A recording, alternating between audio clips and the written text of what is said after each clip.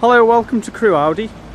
Today we have the Audi A3 Sportback SE. The car's got the headlight washer jets at the front with the low front fog lights.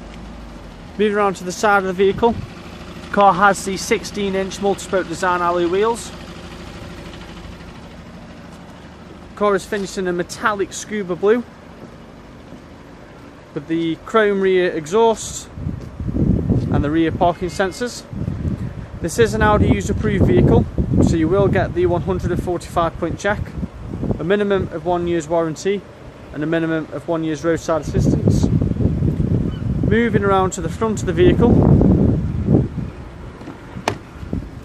the car's got the electronic folding exterior mirrors with the heated function, electronic front windows and rear windows with the left and right rear child locks,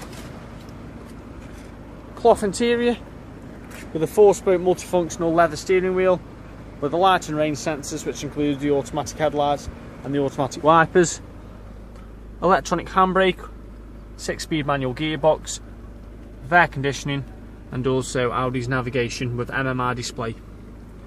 If you'd like any more information on this Audi A3 SE, if you'd like to contact us at Crewe Audi on 01270 50 70 70. Thank you for watching.